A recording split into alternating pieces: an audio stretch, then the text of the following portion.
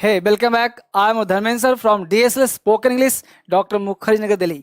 मेरे प्यारे दोस्त, आप सब सीख रहे हो ना। आज आपको इतना बढ़िया पढ़ाने वाला हूँ, बस देखते जाओ। इतना खूबसूरत क्लास लगेगा ना और इतना बेस्ट कॉन्सेप्ट मिलेगा आपको कि आप आज करोगे वाओ, अच्छा ये ऐसा होता है।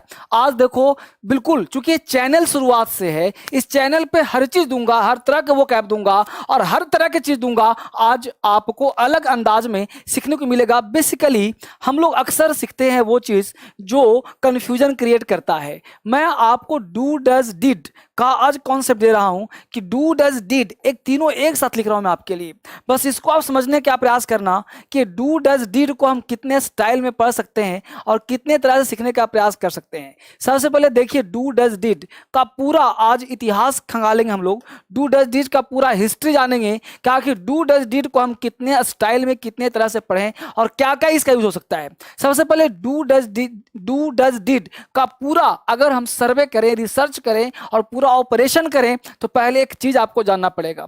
वह चीज यह जानना पड़ेगा कि डू डज डिड आखिर किस रोल में, सर किस रोल में पढ़ाना चाहते हैं आप। तो सबसे पहला पॉइंट जानिए कि डू डज डिड का डबल रोल हो सकता है, एक एज ए एक्सिलरी वर्ब और एक एज ए मेन वर्ब। मैं आपको पढ़ा रहा हूं और आपको सीरियसली पढ़ना है, अमेंड कमेंट पर ध्यान नहीं देना है। तो हमने कहा कि डू डज डिड को आप कैसे यूज कर सकते हो। तो पहले मुझे आप ये दिमाग में फिट कर लें कि क्या आपको एक्सिलरी वर्ब और मेन वर्ब में अंतर पता है। अगर नहीं पता है तो एक मिनट में सुन लीजिए।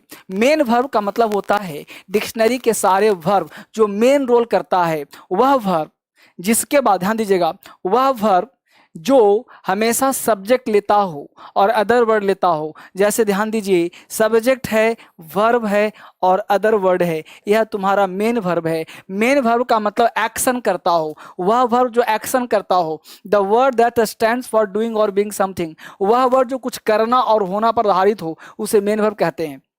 एक्सिलरी वर्ब का मतलब होता है हेल्पिंग वर्ब, जो मदद करता हो, हेल्प करता हो, यानी कि subject verb plus other word. अगर ऐसा मैं कर दूं कि subject plus verb plus noun कर दूं तो ध्यान देना, यहाँ पे जो भी वर्ब होगा वो मेन वर्ब ही कहा जाएगा। अगर यहाँ पे इज भी लगा दूं ना तो वो मेन वर्ब भी इज कहा जाएगा। प्रश्न उठता है बच्चे कि आपको थोड़ा बेसिक पॉइंट समझाने का प्रयास कर रहा हूँ, जिसको अगर आप सीख गए तो आपके लिए अंग्रेजी आसान हो जाएगा। तो do does did double role में काम करेगा। एक काम करेगा एज अ मेन वर्ब और एक काम करेगा एज अ हेल्पिंग वर्ब। समझिए गौर से, कब हेल्पिंग वर्ब कब मेन वर्ब। पहले मैं स्ट्रक्चर दे दूं फिर एक एक कर पूरा सिखा दूंगा। देखिए गौर से, subject plus do does did plus noun या अदर वर्ड, इस केस में ये do does did main verb का काम करेगा बच्चे। Do does did plus noun plus या अदर वर्ड, तो इस केस में यही do does did main verb का काम करेगा। इसका मतलब हुआ कि यदि डू डज डिड के बाद नाउन का प्रयोग किया जाए, यदि डू डज डिड के बाद अदर वर्ड का प्रयोग किया जाए तो वह do does did main verb कहलाता है। क्लियर हो गया। अब यहीं पे स्ट्रक्चर सेकंड देखो कि यदि डू डज डिड के बाद डू डज डिड के बाद प्लस करके कोई मेन वर्ब डाल दिया जाए तो यह do does did helping verb कहलाएगा। अब कहोगे कि सर जरा एग्जाम्पल करके दिखाइए, एग्जाम्पल बना के दिखाइए। तो डू डज डिड के बाद अगर मेन वर्ब का प्रयोग किया जाए तो यह do does did helping verb कहलाएगा। अब हेल्पिंग वर्ब बनने के लिए आप इसको नेगेटिव भी बना सकते हो, इंट्रोगेटिव भी बना सकते हो या ऐसे भी कर सकते हो। जैसे हमने यहाँ पे किया बच्चे, हमने मान लो सेंटेंस दिया आपको समझाने के लिए कि आई डू दिस, या किसने एग्जाम्पल दिया आई डिड दिस। तो आई हो गया सब्जेक्ट, डिड हो गया तुम्हारा मेन वर्ब और दिस हो गया अदर वर्ड। तो हमने कहा आई डिड दिस, मैंने यह किया पास्ट, क्योंकि डू क्या है, डू प्रेजेंट है, डू डज प्रेजेंट हो गया और डिड पास्ट हो गया। तो आई डिड दिस, मैंने यह किया। आई डू दिस, मैं यह करता हूं। और यहां पे बात करें हम तो क्या बोल सकते हैं कि आई डोंट गो, मैं नहीं जाता हूं। तो यहां पे गो हो गया मेन वर्ब, गो क्या हो गया मेन वर्ब, और डोंट हो गया हेल्पिंग वर्ब। तो डू में नॉट लगा दिया तो हेल्पिंग वर्ब हो गया। अगर कहोगे नहीं सर नॉट नहीं लगाऊंगा तो आप बोल सकते हो I do go, I do go, मैं जाता तो हूं, इम्फेटिक हो जाएगा। पढ़ाऊंगा जस्ट अभी आपको डिटेल पढ़ाऊंगा, अभी मैं सिखाने का प्रयास कर रहा हूं कि डू डज का डबल रोल कैसे है। अगर वीडियो में कोई दिक्कत हो तो इसको 2 बार देखो, नहीं दिक्कत समझ में कुछ दिक्कत हो रहा हो, एक सिस्टमेटिक पढ़ना चाहते हो तो डीएसएल इंग्लिश ऐप डाउनलोड करो, वहां से पढ़ने का प्रयास करो। जहां कहीं भी दिक्कत हो सीखने का प्रयास करो। यहां पे मैं सिखा दिया, अब थोड़ा सा डिटेल चलता हूं कि डू डज डीड का कितना यूज हो सकता है। थोड़ा सा टाइम देके सीखना है, मेरे साथ काम करने का प्रयास करना है। ये हमने सिखाने का प्रयास किया कि डू डज डीड कैसे मेन वर्ब, कैसे ऑक्सिलरी वर्ब। अब थोड़ा समझिए यहां पे गौर से। पहला कॉन्सेप्ट देखिए बच्चे कि हमने कहा सब्जेक्ट प्लस डू डज या डिड हो। ध्यान दीजिएगा, डू और डज इसको हम प्रेजेंट कहते हैं और डीड को हम पास्ट कहते हैं। डू और डज को हम प्रेजेंट कहते हैं, डीड को हम पास्ट कहते हैं। इसके बाद ध्यान दीजिएगा, इसके बाद आप नाउन या अदर वर्ड का प्रयोग कर सकते हो और यह डू डज डीड। ध्यान देना, डू का मतलब करना, डज का मतलब ही करना और डीड का मतलब ही करना। यह V1 है, ध्यान दीजिएगा, ये वर्ब का फर्स्ट फॉर्म है, ये वर्ब का फिफ्थ फॉर्म है और ये वर्ब का सेकंड फॉर्म है। इसे V2 कहते हैं। यह दोनों प्रेजेंट हो गया। V2 का मतलब पास्ट टेंस होता है।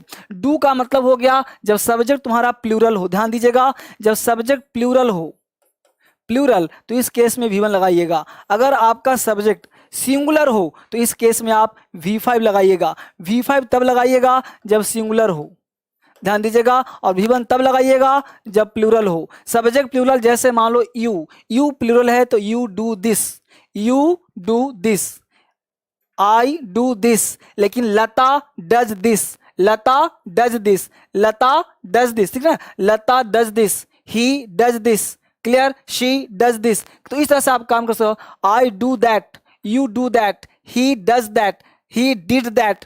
तो डिड हो गया पास्ट। अब मैं करता हूं, आई डू, राइट। अब मैं इसे करता हूं, आई डू दिस। तुम उसे करते हो, यू डू दैट। मैं उसे करता हूं, आई डू दैट। समझ पा रहे हो सब लोग? जब नेगेटिव बनाओगे इसका तो यहीं पे नॉन लग सकता है। तो आपको ध्यान दीजिएगा, जैसे मैं करता हूं, आई डू दिस, मैं करता हूं, आई डू। मैं नहीं करता हूं, आई डोंट डू। तो डोंट के साथ डू लगा सकते हो। एक बहुत ही मजेदार दिखाता हूं, ये हो गया पॉजिटिव। अब समझिए, मैं आपको थोड़ा सा ये स्ट्रक्चर जरूर समझिए, क्योंकि अंग्रेजी के लिए स्ट्रक्चर होना बहुत जरूरी है।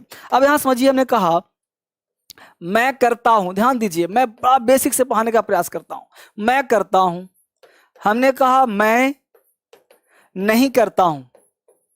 बड़ा कंफ्यूज, बच्चों को बहुत कंफ्यूजन रहता है, क्या मैं करता हूं, क्या मैं करता हूं।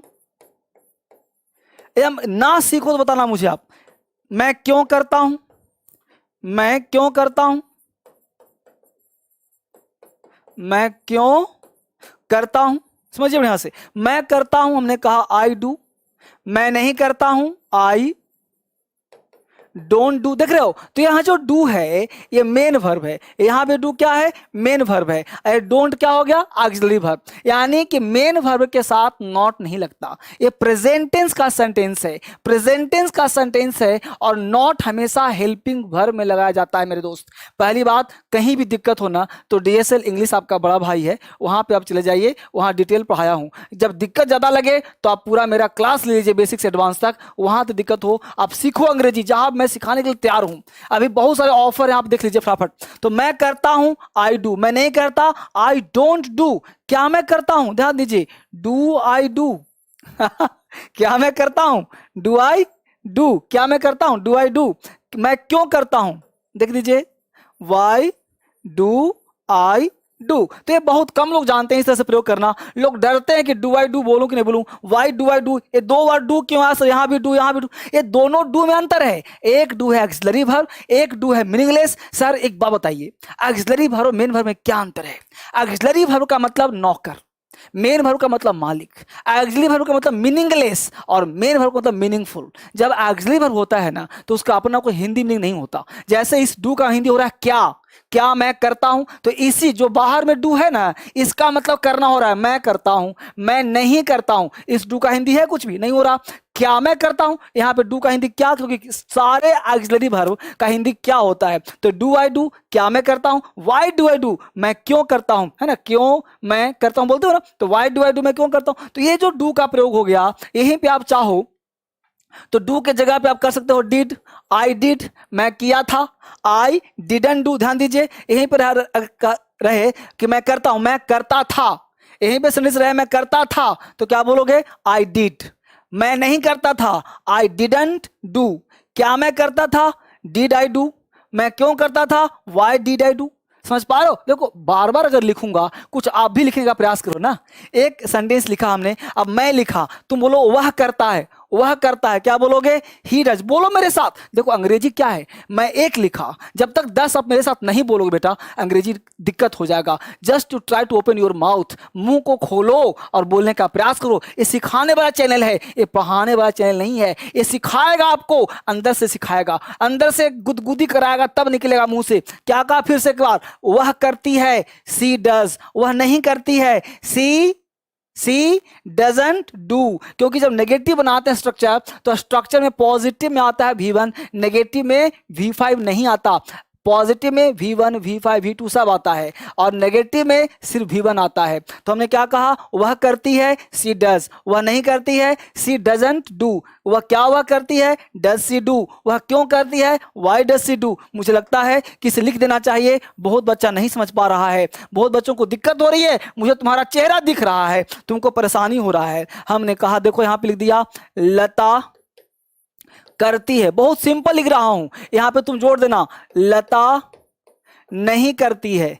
हम इसमें जोड़ देंगे काम नहीं करती है, कुछ भी नहीं करती है। क्या लता करती है? और देखो क्या लता नहीं करती है? लता क्यों करती है?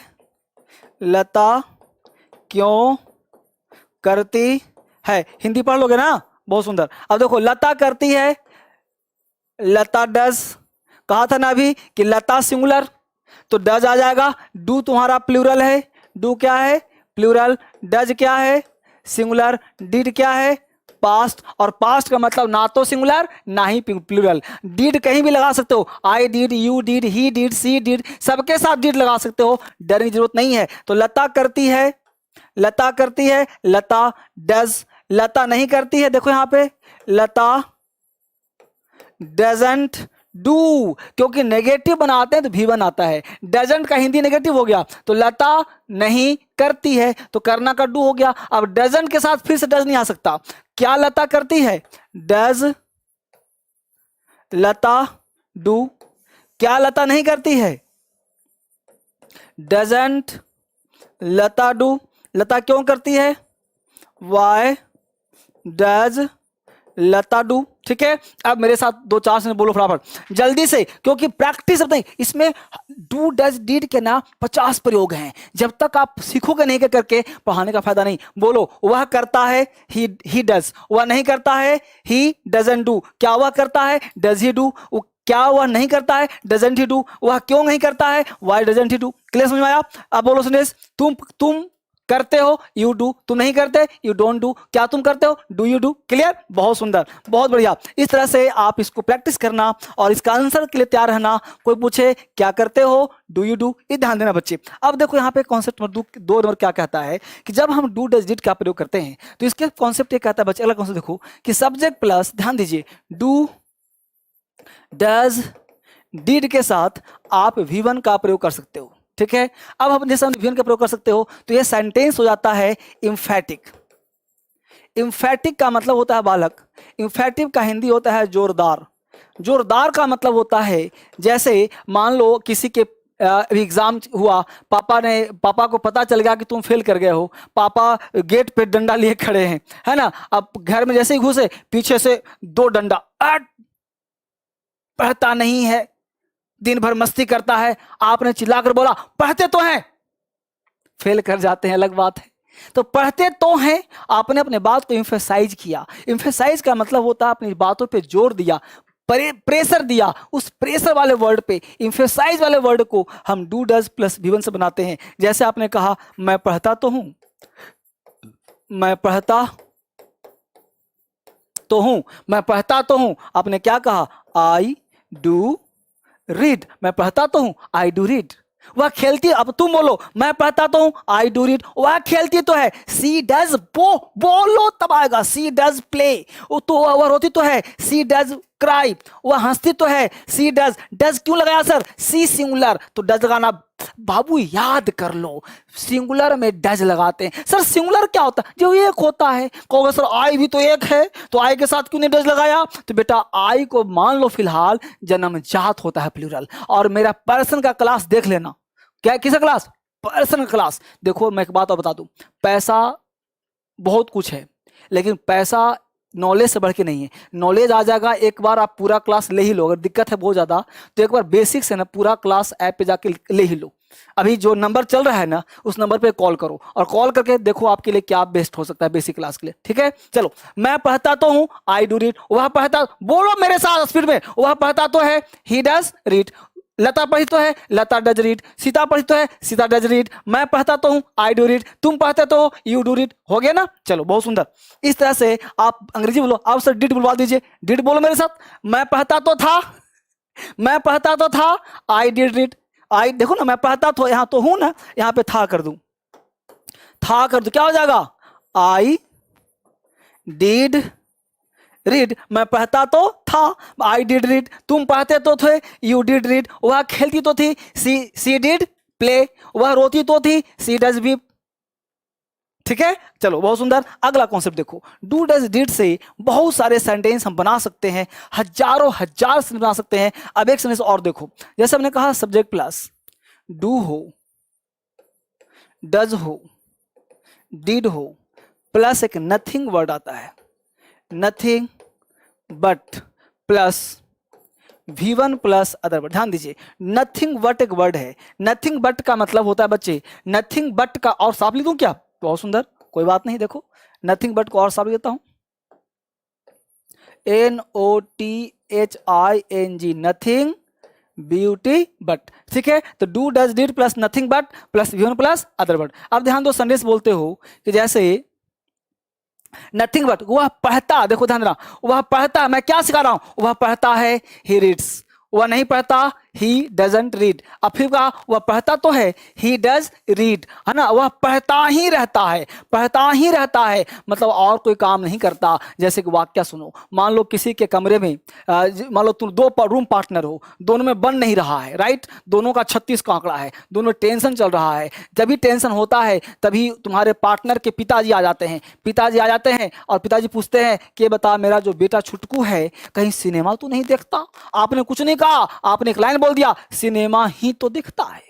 पापा समझ गए कि अब ये पढ़ता लिखता दिल्ली में नहीं है, अब इसको बोरिया भी उठाना पड़ेगा, सिनेमा ही तो देखता है, मतलब दिल्ली में कर क्या रहा है, सिनेमा ही तो देख रहा है। नहीं बोलते कभी यार वो तो पढ़ता ही रहता है, तुम खेलते ही रहते हो, वह हंसता ही रहता है ना। तो जहां पे सेंटेंस इम्फेटिक के साथ साथ उस काम के सिवा और कोई काम न सोचता हो उसे हम इम्फेटिक कहते हैं, सॉरी उसे हम इम्फेटिक के साथ साथ वो क्या कहते हैं, काम के कंटिन्यूटी को शो कराते हैं। जैसे मैं सेंस बोलूं कि वह हंसता ही रहता है, वह हंसता ही रहता है। देखो वह हंसता ही रहता है, मतलब वह हंसता है, ही लाफ्स, लेकिन वह हंसता ही तो है, ही डज लाफ, लेकिन वह हंसता ही रहता है तो ही डज, और साफ लिखता हूं, ही does nothing but laugh, he does nothing but laugh. कितना बढ़िया। जब देखो जब तक आपको स्ट्रक्चर नहीं आएगा मेरे दोस्त, आप अंग्रेजी में बहुत सारे लोग क्या करते हैं, ये 100 सेंटेंस डेली यूज के, ये 200 सेंटेंस डेली, ऐसे अंग्रेजी बोलने नहीं आएगा, रट्टा मार के आप सिचुएशनल नहीं बोल सकते। जब तक आप जड़ पे नहीं सीख सकते अंग्रेजी नहीं आएगा। ये क्या स्ट्रक्चर है, अंग्रेजी टोटल क्या स्ट्रक्चर होता है। हमने कहा वह हंसता ही रहता है, he does nothing but laugh, वह रोती ही रहती है, she does nothing but cry, she does nothing but weep. इसको तेज बोलो, मैं पढ़ता ही रहता हूं, आई डू, देखो I do nothing but read, देखो ना, I do nothing but read, तुम पढ़ते ही रहते हो, you do nothing but read, तुम पढ़ते ही रहते थे, you did nothing but read, मैं पढ़ता ही रहता था, I did nothing but read, तुम खेलते ही रहते थे, you did nothing but play. आ गया ना बोलने, आया ना मजा। इसको देखो, इसको दोबारा देखो, तिबारा देखो, स्क्रीनशॉट ले लो, बार बार देखो, जहां लिखता हूं उसको देखो, समझ बूझ के देखो, इसको सीखो और लोगों को सिखाओ। इस चैनल को एक बच्चा है, इसको संभाल के रखो, लोगों से डिस्कस करो अंग्रेजी में, 1000 लोगों से शेयर करो, हमेशा देखो, बार बार देखो और हमेशा मुझे इनकरेज करो। मैं आपको इनकरेज कर रहा हूं। I encourage you, you encourage the people, right. Try to इसको शेयर करो पूरे हिंदुस्तान में एक ज्वाला की तरह। फिर मिलते हैं कल आपसे एक नए वीडियो में, तब तक के लिए आप सबों को थैंक यू वेरी मच।